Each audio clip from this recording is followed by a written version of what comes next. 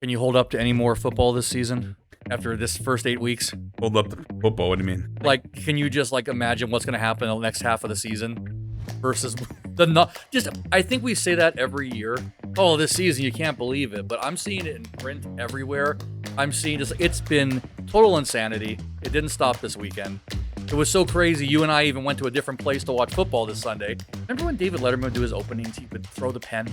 Yeah. Didn't he Oh, but he threw it at the window, not the $800 camera, I think was what he did, the fake window behind him. But, yeah, so we went to a restaurant at Mandalay Bay. It's right next to the walkway that takes you to the Raiders Stadium, and called Flanker. And we had a good time. We had lots of TVs on the walls. I got some photos. We had a crap ton of food. You even got, this guy actually drank. It was non-alcoholic. What was it? Was it an espresso drink? They brought you a custom Mike and the Feather logoed drink, and non-alcoholic espresso like cocktail martini or something like that. But it was an alcoholic, right? Non-alcoholic, and, yeah. You almost got in a fight with some Chiefs fans. Not. No, he was in his element. He was surrounded by nothing but 70% Chiefs fans and 30% Raiders fans. Yeah, there was like 70 or 80% Chiefs fans, and they were fun. We had a blast. You know, like I said, I mean, I picked the Chiefs this weekend. They fell short, but we'll talk about that. Yes. But yeah, so we're going to get into some of the stuff that happened this past weekend. Thank you guys for being back for week 9 in the NFL. That's insane already.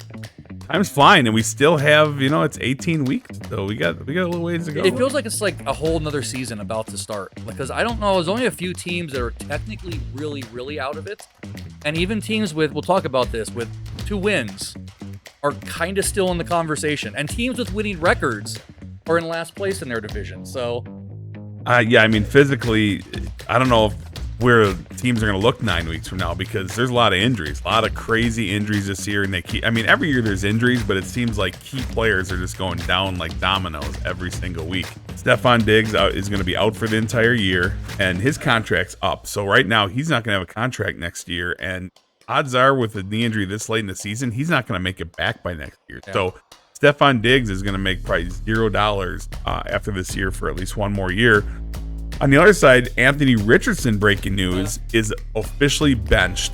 I mean, he was honest at least, so I'll give him credit for that, but stupidity. Because he said he was just tired and needed to be taken out of the game, right? Isn't that why they go through conditioning? Yeah, I mean, the guy, and that's the thing too, it's like, you can do conditioning, and maybe it's the younger generation. I'm going to date myself, but the entitlement of this younger generation wanting like mental health days and don't want to work 40 hours and everything else, and they want entitlements. You feel like maybe this is an NFL entitlement? I feel like I mean, how do you're the top pick, you're the quarterback, you're the franchise quarterback, your team is in the hunt against a really good team for a division battle, so important, and what do? You literally tap out. He literally taps out and says, "I'm tired," and leaves the field.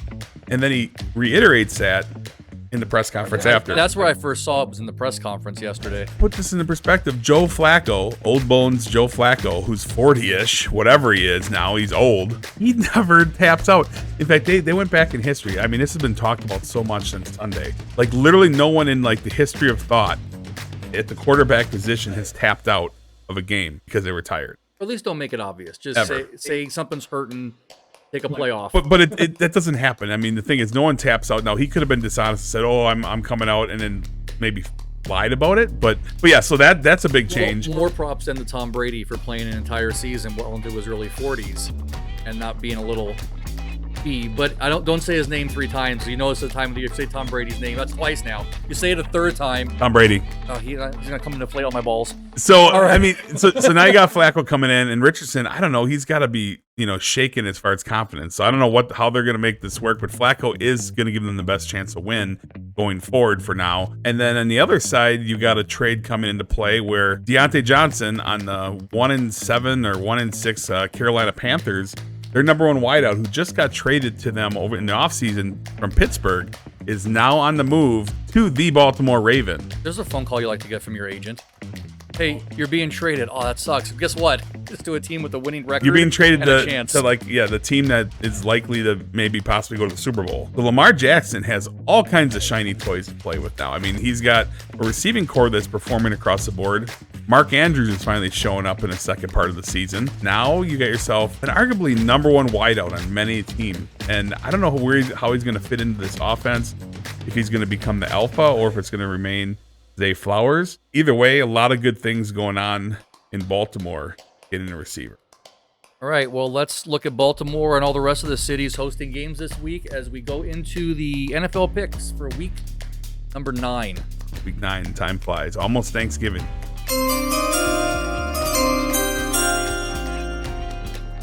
Ready for Thursday night? Because it's going to be only a day away by the time you are watching this video, and that game you're going to be watching at 5:15 p.m. is already confusing me when I saw this. It's the Houston Texans at the New York Jets. Jets at home are favored by 1.5 points, because why wouldn't the 2-6 team be favored at home against the 6-1? 6-2. 6-2. Now it's the Texans. Why? Why? Make it make sense, as you would say. Make it make sense.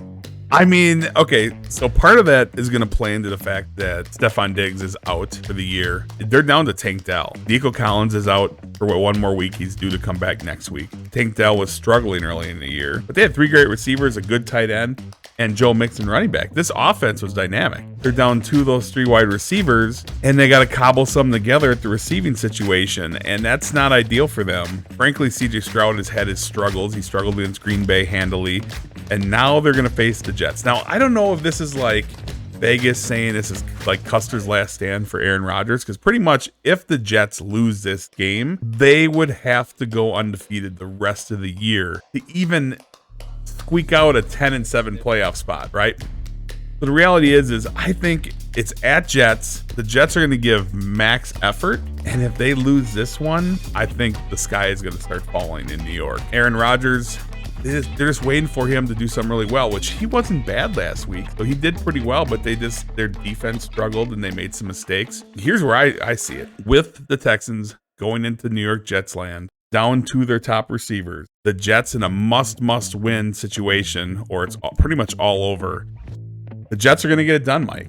They're going to get it done. The Jets -1.5. Yes, we are living in a world where a team is 2-6 and they're favored by 1.5 against a 6-2 football team. That's either gross disrespect to the Texans, or literally the Jets are just the best 2-6 team in history, which that both could be true. But the Jets, Jets, get this win, no problem. Take it to the bank all day long. Yes, Jets, winner, chicken dinner. Aaron Rodgers, all pistons are going to fire. Jets win, and the Jets win by double digits, Mike. Okay? Take the Jets, double digits, take it to the bank. Boom. Every single bit of that will be in the wrap-up show if the Jets somehow lose by like 2. The people that are going to go thinking about betting the Texans is called the sucker play. Right now, it's like Vegas is saying, come on in. Come on. Here, fishy. Here, fishy. Okay, so wherever you're watching the Sunday morning games, at home on the sofa, at a brunch at Flanker, next to us at the Westgate, I miss my breakfast burrito. I will say that. No breakfast burritos at Flanker on their brunch menu. You're going to start off Sunday morning with the New England Patriots playing at the Tennessee Titans, and the Titans are 3-point favorites at home. Patriots doubling up the number of wins they have for the season to 2. Where do we go from here with them? This is a toilet bowl. This is literally the toilet bowl. 2-6 versus 1-6. Drake May, which is the only player on that team that makes Patriots palatable to actually watch, went down with I believe a concussion. The Titans are the Titans. I mean, they have no one to work with. But the Patriots did have a big win. But then again, the Patriots have been beating the Jets for 20 years. So nothing's really changed even at this point. Here we go. Patriots, Titans. The Titans, who literally got hardcore spanked by the Detroit Lions. But all that being said, the Titans are going to get it done at home, okay? The Patriots played well last week, but I think the Titans are going to figure it out. Will Levis is probably going to be due back. Mason Rudolph didn't look terrible last week. It's hard to trust either one of these teams, and my statement for you guys is don't bet this game. But if you need to bet for action, or you want something to go on, take the Titans at home. The home team is the difference. Titans -3. All right, Feather, tell us about almost did it again. Tell us about the Los Angeles Chargers at the Cleveland Browns. Let's see. Chargers, 2-point favorites on the road. Browns, Cleveland fans are happy. I kind of called this last week, You kind of did, actually. You know, granted, there were a few things that could have gone differently, but as we'll talk about in a later game, It's the NFL. You win by a play, you lose by a play, and the Browns strung it together. I felt it was too many points when they're 9.5 point, 8.5 point, whatever, depending on what time of the day you got it at and what day of the week. The Browns were too big underdogs at home against a division opponent. The quarterback changes all the difference. They are super excited Deshaun Watson is gone and probably will never be in a Browns jersey ever again. And Jameis Winston is a locker room favorite. He's a teammate favorite. People love this guy. He's likely to throw 5 touchdowns and 5 interceptions. But he's an energy guy. I knew the change would come and it was going to be big time play. And they're only going to get better. Nick Chubb's healthier. You're going to get healthier and healthier. This Browns team, it's probably too little too late, okay? The reality is they should have made the change, probably at week 2. The Browns look good and they played well. And now they're at home again against a Charger team that Jim Harbaugh has playing pretty well as well. The Brownies are going to put 2 in a row together, okay? The Browns take the Browns +2. They're going to get the win most likely. They're definitely going to cover the 2. My upset alert. Browns at home are going to nip the Chargers, get the W. Sorry, I shouldn't be judgy if you're a fan of either of these two teams. I apologize in advance. I can't scoff as a Giants fan. But we got the New Orleans Saints at the Carolina Panthers. Saints, 7-point favorite on the road at the Panthers. Saints are 7-point favorite, but Derek Carr is due back. Oh, is he? Well, then I apologize. What's the old classic SNL? Never mind. Never mind. Derek Carr is slated with his oblique injury to be back and play, which that'll make a difference because the other 2 guys, they're not ready for the NFL. The Panthers, though, are they in tank mode? I mean, the reality is the Panthers just traded away probably their best player on the team in Deontay Johnson, right? I don't know what the Saints have done at 2-6 to earn a 7-point favorite. The Panthers are just terrible. You could probably make the line 10 and no one's going to scoff at it. But the Saints are going to get it done. Derek Carr's going to come back, and the Saints, this is their last stand too. I mean, they're going to win this game without a doubt. It just comes down to if they're going to cover, okay? Right. And they should get the cover with Derek Carr coming back with this offense and this Panther team that literally probably is instructed to lose so they can ensure themselves the number 1 pick. But take the Saints -7 to get it done. All right, this is going to be interesting or a dud. This was a big matchup, middle of the schedule. When we first saw the season, it's always a big matchup. We thought this would have huge implications. Now, really got huge implications for one team, and we're talking about the Miami Dolphins. Take a ride to the Buffalo Bills, and the Bills are favored by 6 points. Tua only got hit 3 times, and I think sacked once. So the line did a good job of keeping him on his feet and out of the hospital. But the Bills the runaway, obviously favored to win the division with the record, given the matchups and the rest of that division. I mean, the Bills, they came into Seattle and they took care of business. The Dolphins, they had the hype of Tua coming back. They knew it was a must-win game. Everything seemed like it was looking good for them. And then somehow they just splat. Tyreek Hill didn't do much. Tyreek Hill was like, start me in fantasy. We're all going to eat this week, right? I saw that, yeah. And Waddle didn't eat. A-Chain ate. A-Chain did well. And Arizona comes into Miami and steals one. And now Miami's left in big trouble. Big trouble. And this is going to be, once again, another Custer's last stand. It seems really early in the season to have these teams already up in their futures are decided pretty much. Not teams that are supposed to be a top, 10 or 12 team in the entire league. The Dolphins are one of those teams. The Dolphins have been owned by the Buffalo Bills for years, but not today. Take the Dolphins +6. Yes, the Miami Dolphins with their backs up against the wall. I'm putting on an upset alert, but the bottom line here is upset alert. But the Dolphins +6, I think this game easily could be a situation where it's if the Bills win, they win by less than 6. But I think the Dolphins might actually finally get the monkey off their back. The Bills will be okay regardless, win or lose, but the Dolphins will not be. The Dolphins are going to advance. They're going to cover the spread, but I'm saying upset, very likely here. Take the fish. +6. The 5th game on Sunday morning, 2 teams who signed quarterbacks and one team whose fans wish they probably hadn't. Dallas Cowboys at the Atlanta Falcons. Falcons at home. 2.5 points. Dak Prescott's a $60 million man. The man that literally can take a house that's probably $10 or $12 million and have it bulldozed over so he can build his dream home on the sadness of Cowboy fans. I didn't think the Cowboys were going to win against San Fran. It was pretty basic. But now you get the Cowboys 3-4 in a division where the Washington Commanders are in first place and the Eagles are not slowing down at all themselves. So the Cowboys, the Falcons got the win this last weekend. And a lot of people didn't like that pick. I liked the Falcons to win, and I thought they would get it done, and they did. It's a tricky game. But the Cowboys are going to pull this one out. That's all there is to it. The Dallas Cowboys are going to get the win against Atlanta. Atlanta has bit me in the butt a few times. Take the points, plus 2.5. Dallas, this is once again one of their last stands. They can't afford to lose again and go to 3-5. I mean, I don't think they can catch either the Eagles or Washington in that division. And a wild card is going to be really tough to get because in the NFC, there's a lot of teams, a lot of wins. I mean, right now, the NFC North would have every single team in the playoffs. Actually, the Bears, because they lost, now they would be out. Winning's going to be at a premium. You got to win 10 games to probably lock up a wild card spot. And if things play out a certain way, 10 games might not get it done for that 7th spot. So the Cowboys are going to get it done. They're going to get the W. They're going to walk into Atlanta. And CeeDee Lamb is going to eat like he did at the end of the last game. Cowboys plus 2.5. Boom. The last 3 games of Sunday morning, the Denver Broncos, who are somehow at 5-3, they're going to hit that stretch now of teams. They're not going to be pushover teams, and they're going to be starting on the road at the Baltimore Ravens. And to that end, the Ravens are a 9-point favorite at home, and I believe that makes it, as of Tuesday, recording, the biggest spread of this week.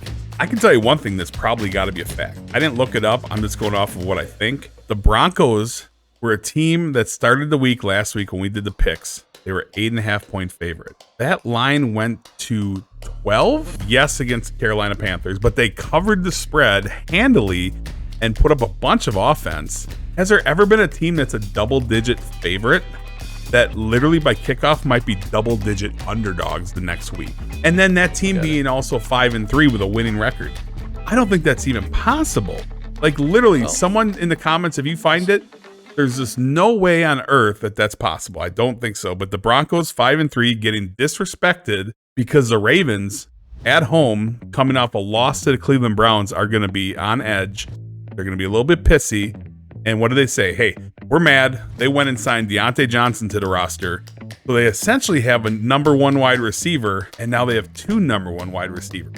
If Deontay Johnson can perform how he did in Pittsburgh at different points when he's healthy. The Ravens are angry, and they're going to take it out on this Broncos team. Take the Ravens to get it done. Cover the 9, which seems like a gazillion. The fact that they're 9-point favorites coming off of a loss to a team that was double-digit favorites, it shows you that the NFL is definitely a very fickle, weird circumstance. So the Ravens are going to get it done. Take the 9 points. It seems like a lot. I'm sure a lot of people are going to want to be on the Broncos in this one, but that would be wrong. Take the Ravens -9 to get it done. Boom. I must be getting hungry because I read this as the Las Vegas Raiders at the Cincinnati Bengals. But they're playing like a bagel. I did not intend that one, and most of the audience probably wishes I hadn't either. But the Bengals at home, 7-point favorites. I mean, the Bengals had an opportunity. The Eagles are a tough team, okay? And we picked the Bengals last week and couldn't have been more wrong. That was the egg on our face game of the week. And now it's our. I didn't make the pick. Fell short handily. They started out 7-0, and the Eagles, my buddy that's back in Wisconsin, diehard Eagles fan, sent me a text message. Screenshot. That's the wrong green team. Did anybody tell him this? Exactly. Sends a screenshot to me of our podcast and the circle of me circling the Bengals. Sends a meme to me, basically like laughing at. He was right. I was wrong. Now the Bengals against the Raiders, pretty much the clowns of the NFL. I maintain that. And the Bengals, who are 3-5, another crappy team in a 7-point favorite or double-digit favorite or whatever. It's unbelievable. This year is the weirdest year. What do the Bengals? I mean, the Bengals are literally the best 3-5 team. I've been every week. Every week the record changes, but whatever the record is, they were the best of it. Yeah, I mean, yes. This team is like so talented and so capable. The Bengals are going to get done. Okay, the Bengals are going to cover the damn 7 points. The Raiders have no shot in hell of winning this game. Take the Bengals -7. Take it to the bank. Bet it. The Raiders are going to sink. Yes, the Bengals. I must be glutton for punishment. All right, so last morning game at 10 a.m., the Washington Commanders are 3.5-point favorites on the road at the New York Giants. Commanders win that one. On to the afternoon games. What have the Commanders done lately? Anything at all interesting? Quick story for me. I don't make the kind of bets this guy does, but I, $50, $75, the top of my comfort range. And I go, hey, J. Daniels is in. 4.5 favorites. Let's throw $50 on that. And that's also, I handed you my phone. I said, here, give me a 5-team parlay for the afternoon. And of course, the Commanders are in both of those. And we're winning 12-0. And then we're winning 12-7. And then we're losing. And I storm off. Because I was also mad because I went to go bet the Bills and I missed it by 1 minute getting my bet in, right? I was just up like, oh. So they get down to that Hail Mary play. And I'm walking over, howdy as ever. And Jason says, don't worry. It's the Bears. They'll find a way. And I'm watching on the big screen at Flanker. He's watching the small team. I figured it was like a 5-second delay. And I'm just like, I'm just so angry. And then he goes, they did it. And I go, what? And I watch and I saw the tip. And my jaw felt like a cartoon cat in a 1970s cartoon. And it stayed there for like 30 seconds. At least. He was like a stone. I mean, look, he was like. I was still expecting a flag 45 seconds later, because that's the way my day was going. He was so fit. He was so fit to be tied. And that was the first of what was a 5-team parlay you picked for me. That was a success. Well, let's be clear. It wasn't a 5-team parlay because you picked a 5-team I picked the 5-team parlay, but the last minute, he pulled the 49ers out of there in that pick against the spread. Because if I was doing a 5-team, I'd probably hedge it after 4 anyway. So I figured let's just do a 4. So he did 4, and in the end, he got it home with pick of the Steelers. But that's why everything with betting, man, one stupid fluke thing changes everybody's fortunes, and so that's why you do your best you can to make a judgment call, and then it was crazy. It was crazy. I mean, but so this way, there's probably not so much of a concern here. Commanders again, 3.5-point favorites on the road at my still beloved New York Giants. Daniel Jones made some mistakes, but this team had bigger issues than that. I mean, they couldn't do much on defense. What's that with that 2-point conversion play? Tracy looked good at the running back position for the Giants, so that's a positive. But then he went into concussion protocol. So this is another no. Commanders are 6-2 against 2-6 Giants, and the Commanders are literally only a 3.5-point favorites. Now you get 3 for being at home, so really it's in Giants. At the Giants. So are the Giants the best 2-6 football team this season? Can we say that? The Giants, no, we can't say. There's nothing to say about the Giants positive. Brian Dable, the guy lost a bunch of weight. He's looking good, but his team is looking horrid, and the future is not bright. He said he's going to stick. He said after this year, he pretty much committed that he's not going to make any changes next year in the offseason as well. So you get to look forward to Daniel Jones and this whole team, and you get to run it right back again, it sounds like. So here we go. Commanders, it seems like it's not enough points, and it seems trappy. It's a division battle. So that makes a big difference. A lot of people don't realize these teams play each other twice a year for eternity. Washington is going to be hyped, and now they got to dial it in, right? Because after a victory like that, you're on cloud 9, but now they got to refocus and say, hey, we got to play football. We got another game this week. Jaden Daniels is still banged up. They were still taping him up on the field. I'm going to go with the Commanders. I feel like this is a buzzsaw sucker bet for some reason, though. Commanders -3.5 seems super easy, and that's what gives me pause here. I just don't see a path that the Giants are going to get the W here. And yes, it very well could be a Commanders win by 3, and you get the 0.5-point ding. So maybe if you want to buy a 0.5 point in this game, keep it on the line, right? And keep it right at 3. Otherwise, just don't bet the game. If the Commanders keep playing the way they are and firing on all cylinders, take the Commanders -3.5. They're going to cover the spread. Boom. Moving onward to the 105 games in the afternoon, we are going to start. Here we go. The opponent from the Commanders this past week, the Chicago Bears, are at home against the Cardinals, who pulled off an upset. So one team was upset. The other one pulled it off. This might be our first or only second, as of the time of recording, pick'em game so far. So Bears fans still recovering. The great clip of the fan recording. They're cheering, and that ball gets tipped. And I don't think when he panned the camera back over to himself, I don't think that was mugging for the camera. I think that was just what every Bears fan usually looks like, according to you.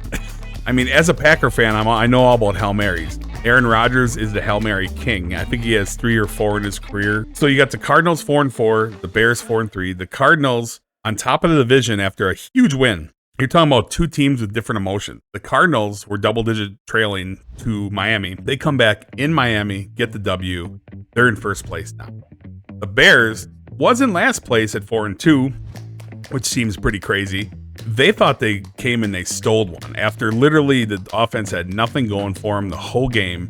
And with 2 seconds left, essentially, well, 2 seconds was the play, but with like 20-some seconds left, the Bears took the lead for the first time, and it looked like they were going to get the win and come out of there and be 5-2. Obviously, they weren't. They lost due to a few bonehead calls. I believe it was coaching. Coaching was terrible there. The key part of that play was not the Hail Mary, even though the coach made it seem like it was. The key was giving up the 15-yard out with 2 seconds left on the clock. You guard the sideline and you make them have to do some other laterals and stuff like that. You don't give them 15 yards free. But enough of that. The Bears franchise has been a failed franchise since 1985 for a reason. And it's coaching, ownership, players, all across the board. This Cardinals team is going to get the win. Bottom line, when it's all said and done, after this Bears morale is so low, the player that was on the special teams that was running down, taunting the Washington fan, which is just bad taste anyway, and the play is live. He had to run in, and then go figure, said player that was taunting and not paying attention during a play was the one that tipped the ball right in the air like he was a waiter, and it was a platter. That being said, Kyler Murray played well last week against Miami. Marvin Harrison Jr. had a really good game. James Conner's running pretty well. This Bears team has to be mentally demoralized. Now they're going to travel cross country to Arizona. Arizona in a pick'em, I'm going to take the home team in this spot every single time. I know Arizona's defense has been spotty, but the Bears offense has been questionable. They've been able to run the ball. DeAndre Swift has been good. I'll take the Cardinals in this spot as a pick'em because I feel the Bears are not going to be mentally recovered from this failed victory that they thought they had in the bag. Take the Cardinals, pick them, boom. Next one seems like a no-brainer, but Jacksonville Jaguars at the Philadelphia Eagles. Eagles are going to have to cover 7.5 points at home as the favorite, and Eagles are picking up pace. Jaguars are a bad team. I love that. The Jaguars are a bad team. Jacksonville, they were trailing 10. Jordan Love went down with an injury, groin injury. He's day-to-day, though. It's the MRI said he's going to be okay. It's touch and go for a little bit. The Jags played okay. Green Bay made some mistakes. The Jags came back, tied it up, and it took a late field goal situation for the Packers to get the victory. We didn't like the fact that their running back intentionally took a dive down at the 5-yard line to not score a touchdown, which would have been a cover for us because they wanted to kick the field goal that was like you and I could have made. And go figure, Brandon McManus, the man of the hour, gets the win for the Packers 2 weeks in a row. Jaguars lose. They're 2-6. Eagles are 5-2. I went against the Eagles. We talked about that earlier in the egg on my face I got from my buddy. But in this case, I hate the hook. Those damn hooks tend to get you all the time. But in this case, the Eagles fly. Eagles fly. Yes, you've been waiting for it. I haven't done this a lot this year for the Eagles. I've been against them quite a bit. But the Eagles are going to get it done. Cover the 7.5. Jacksonville, forget about it. Season over. Jags lose big. Eagles at home. Boom. Take it to the bank all day long. All right, let's go to the afternoon start of the games. The LA Rams at the Seattle Seahawks. Wow, Rams are 1.5 point favorites right now on the road. Well, I guess when you got Cooper Kupp back, Puka Nacua, and they both look like that's what Goff was missing. Yeah. That made him happy. It was all the difference. Last week in the pick show, we took the Vikings because at that point, Cooper Kupp was going to be traded, and Puka was not even talked about being activated at that point. Cooper doesn't get traded. He comes back and plays well. Puka gets activated an hour before kickoff, and he tears it up. Went right back to what he was last year, and they smashed. One spread after the other that is like mind-blowing a little bit, but it's not mind-blowing if you really know the details. The details are what's important for sports betting, right? If someone doesn't pay attention to all the different things we just talked about and all the different circumstances, it looks like a sucker play. Like, oh, I'm going to take Seattle. It just makes sense. They're at home, blah, blah, blah. you got to pay attention to details in sports betting, people, because if you do not do the fine tuning, it does not make sense to you, and you're quick to take Seattle. In this case, it's a no-brainer. They're running great, the Rams are. They have both their stud receivers back. Matt Stafford is looking good. It's a division battle, but Seattle is 4-4, and they're skidding downhill. The Rams, -1.5 on the road. Take it to the bank all day long. The Rams are going to come in as road favorites, get the W. Boom. And I had to double check because after this last game, Detroit Lions at the Green Bay Packers. So a huge game for the teams, for the division, for you as a fan. But I thought at first it said Lions -35. And after the last game, maybe that's possible. But it's actually Lions -3.5 at the Packers. I'm going to drop my mic and just sit back and listen to this one. You know what? It's been an exciting year for the Packers. But here's the thing. The Packers, their two biggest off-season acquisitions are Brandon McManus, the kicker, and Malik Willis. Who would have thought both guys weren't on the team to start the year? Malik Willis came in at just before week 1, and he is 3-0. Brandon McManus, the man who was left for dead out of the league last year after a situation, an accusation that was proven absolutely false. And how vindicated must he feel to come back, to play for the Packers, a team that's making a run for the Super Bowl, and he wins the last 2 games for him. Pretty cool. I'm pretty happy for the guy. I'm really happy for Malik Willis, who's very humble in the way he's been handling this situation. Jordan Love is going to be okay, but in this case, will he play this week? That is a big, hang up right now. He's day to day. Green Bay having a bye in week 10. Do they just rest Jordan Love? Then he fully gets healthy? Because if it's a groin strain, could he do something worse, right? So what do you do? I mean, and I think they're going to make that decision throughout the week. You gotta protect the special area. Oh my! It's like the old Saturday Night Live by Jack Handy. Remember that? Oh my God! You got. I can hear the voice. You got to protect the special area. Deep Thoughts. Deep Thoughts by Mike Campese. So, do you want to talk about groin injuries and a guy named Jack Handy? Back to the pick. Wow! Boom. We'll be here all week, folks. Lions -3.5 going into Lambeau, and that line is what it is because I think they're kind of not knowing if it's going to be Malik Willis, and I believe the lines. If Malik Willis is announced as a starter, I think the line could go up a little bit, but they weren't willing to put it up too much in the event Jordan Love plays and someone capitalizes on it. So as I sit here thinking, I've been pondering this for the last day. The Titans are not the Packers defense. Okay, Detroit looked great, 50+ points. Gave up 14. They did it with no offense, essentially, except for running, which Green Bay's had its troubles against the run. I don't want to go against a home dog in a division battle for first place overall. This is a tough one. But because of that hook right there, that half point, I'm going to go with Green Bay plus a 3.5, thinking that if Green Bay loses, it's going to be by a low-scoring situation. If Jordan Love does not play, I recommend everyone to not bet this till the 11th hour. Do not bet this the next couple days. Do not bet it until you officially find out if Jordan Love plays. If Jordan Love plays, take Green Bay plus a 3.5. Take Green Bay whatever the line is. If Jordan Love does not play, lay off this game. It's as simple as that. I think Green Bay could win with Malik Willis there, or at least cover the plus 3.5. But that's my stance. Take Green Bay plus 3.5. Get it done. Boom. Sunday night game, 5:20. Trying to debate right now as I sit here, will this be in one of my 4 or 5 team parlays? And I'm thinking it might. Indianapolis Colts at the Minnesota Vikings. Vikings on a 2-game skid. 5-point favorites at home. Colts, Anthony Richardson needs to do some conditioning. Talked about this earlier in the show. He's a tired boy. What do you think? Are the Vikings going to right the ship? I know what you want to happen, but what do you think is really going to happen? The Colts are going to have the best opportunity with Joe Flacco. At this point, that's pretty much enough. Jonathan Taylor is healthy. The Colts' run defense is not good. It's atrocious. And the Vikings happen to have a former Packer named Aaron Jones who runs pretty well. It's in Minnesota. They're on a 2-game skid, and the Colts are in a very big game. 5-4 to 4-6 is the big difference, it feels like at this point, especially with the Texans looking really good, even though Texans facing another big injury. Vikings are going to get this one done.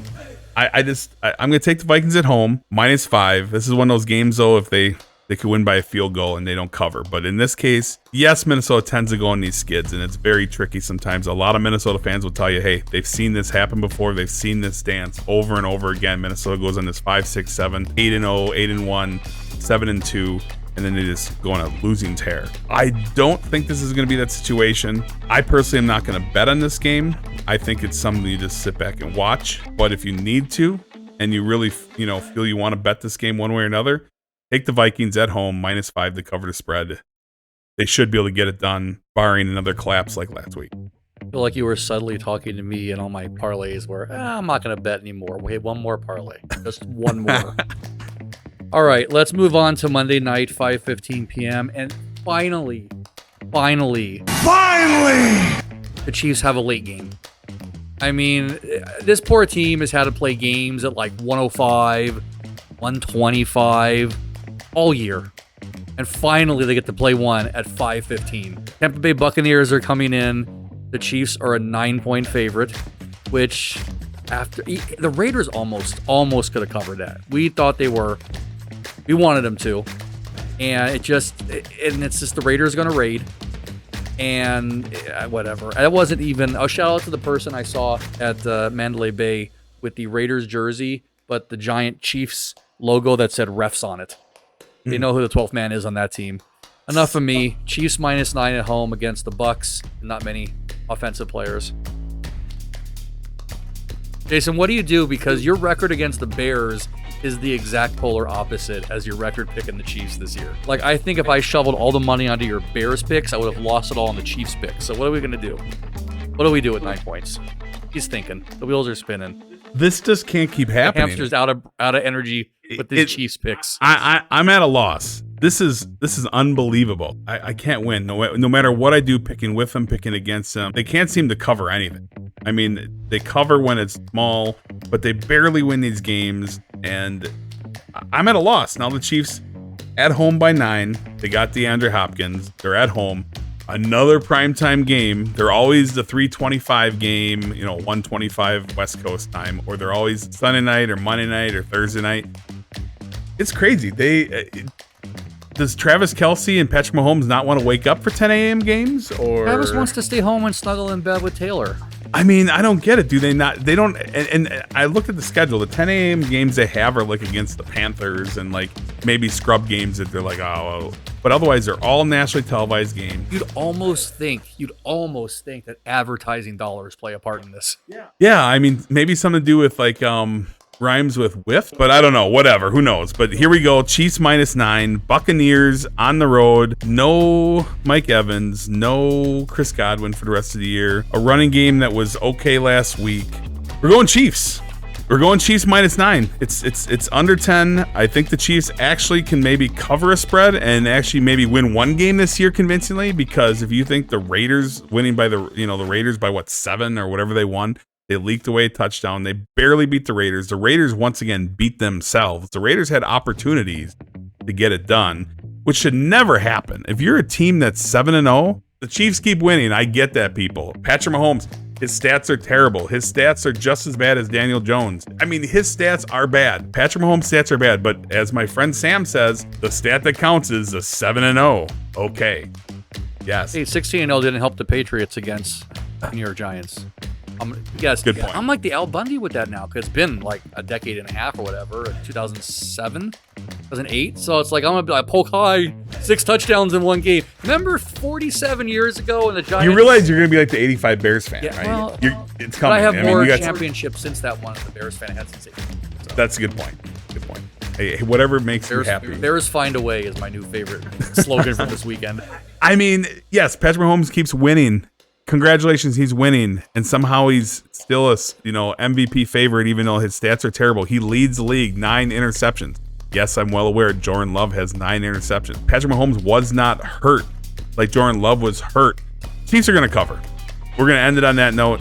If they lose outright, it won't break my heart. I'm going to tell you that right now. But the Chiefs are going to cover because the Buccaneers are on the road, wounded badly, and Baker Mayfield is not going to be able to get it done this time.